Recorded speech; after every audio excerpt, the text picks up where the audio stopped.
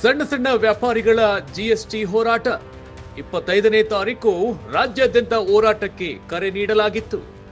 ವ್ಯಾಪಾರಿಗಳ ಸಮಸ್ಯೆ ಗಮನಿಸಿ ಎಚ್ಚೆತ್ತ ರಾಜ್ಯ ಸರ್ಕಾರ. ಜಿಎಸ್ಟಿ ತೆರಿಗೆ ಮನ್ನಾ ಮಾಡಿ ಆದೇಶ ನೀಡಿದ ರಾಜ್ಯ ಸರ್ಕಾರ.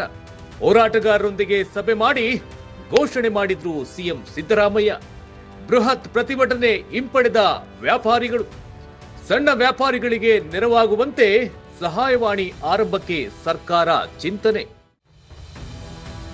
ಸಣ್ಣ ವಾಣಿಜ್ಯೋದ್ಯಮಿಗಳಿಗೆ ವಾಣಿಜ್ಯ ತೆರಿಗೆ ಇಲಾಖೆ ನೀಡಿರುವ ಜಿಎಸ್ಟಿ ನೋಟಿಸ್ ವಿಷಯಕ್ಕೆ ಸಂಬಂಧಪಟ್ಟಂತೆ ಸಿಎಂ ಸಿದ್ದರಾಮಯ್ಯರವರು ವ್ಯಾಪಾರಿಗಳನ್ನ ಪ್ರತಿನಿಧಿಸುವಂತಹ ಹಲವು ಸಂಘಟನೆಗಳ ಪ್ರತಿನಿಧಿಗಳ ಜೊತೆ ಬುಧವಾರ ಸಂಜೆ ಸಭೆಯನ್ನು ನಡೆಸಿದ್ರು. ಜಿಎಸ್ಟಿ ನೋಟಿಸ್ ನೀಡಲಾಗಿರುವ ಹಳೆಯ ತೆರಿಗೆ ಬಾಕಿಯನ್ನ ಮನ್ನಾ ಮಾಡಲಾಗುವುದು. ನೋಟಿಸ್ ಕುರಿತು ಗೊಂದಲ ಪರಿಹರಿಸಲು ಅಗತ್ಯ ಕ್ರಮ ಕೈಗೊಳ್ಳುವ ಭರವಸೆಯನ್ನ ಸಿಎಂ ನೀಡಿದ್ದ ಹಿನ್ನೆಲೆಯಲ್ಲಿ ಎಲ್ಲ ರೀತಿಯ ಪ್ರತಿಭಟನೆಗಳನ್ನ ಕೈಬಿಡಲು ವ್ಯಾಪಾರಿಗಳ ಸಂಘಟನೆ, ವಿವಿಧ ಸಂಸ್ಥೆಗಳ ಪ್ರತಿನಿಧಿಗಳು ನಿರ್ಧಾರ ಮಾಡಿದ್ದಾರೆ.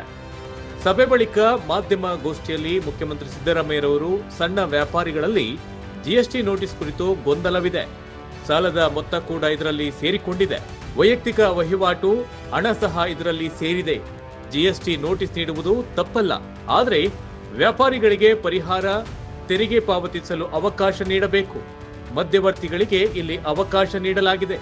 ವ್ಯಾಪಾರಿಗಳು ನೇರವಾಗಿ ಇಲಾಖೆ ಸಂಪರ್ಕಿಸಿ ಸಮಸ್ಯೆ ಬಗೆಹರಿಸಲು ಕ್ರಮ ಕೈಗೊಳ್ಳಬೇಕು ಎಂದು ಕೆಲವು ಪ್ರತಿನಿಧಿಗಳು ಮನವಿ ಮಾಡಿದ್ದಾರೆ. ಸಣ್ಣ ವ್ಯಾಪಾರಿಗಳಿಗೆ ನೆರವಾಗುವಂತೆ ಸಹಾಯವಾಣಿ ಆರಂಭಿಸಬೇಕು.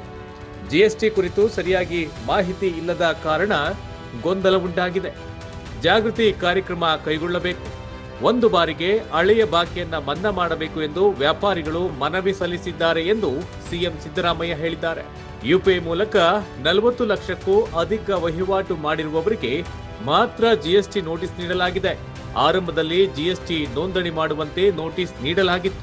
ಹಾಲು, ತರಕಾರಿ, ಮಾಂಸ, ಹಣ್ಣಿನಂತಹ ಅಗತ್ಯ ಆಹಾರ ವಸ್ತುಗಳಿಗೆ ತೆರಿಗೆ ವಿನಾಯಿತಿ ಇದೆ. ಅಂತಹ ವ್ಯಾಪಾರಿಗಳಿಗೆ ನೋಟಿಸ್ ಕೊಟ್ಟಿದ್ದರೂ ಕೂಡ ಅವರಿಂದ ತೆರಿಗೆ ವಸೂಲಿ ಮಾಡುವುದಿಲ್ಲ.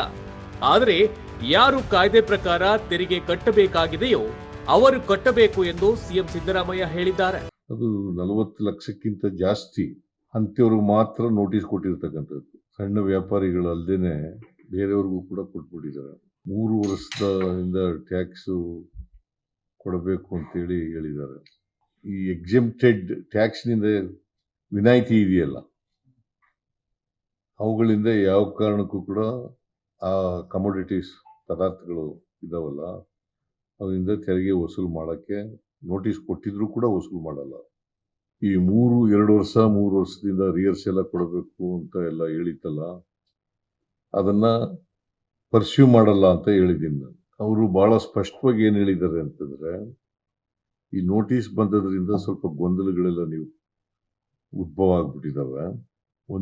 ಮೊದಲನೇದು ಕಡ್ಡಾಯವಾಗಿ ನೋಂದಣಿ ಮಾಡಿಸ್ಕೊಳ್ಬೇಕು ಅಂತ ಹೇಳಿದ್ದೀನಿ, ಒಪ್ಕೊಂಡಿದ್ದಾರೆ. ಎಲ್ಲ ರಿಜಿಸ್ಟ್ರೇಷನ್ ಮಾಡಿಸ್ಕೋಬೇಕು.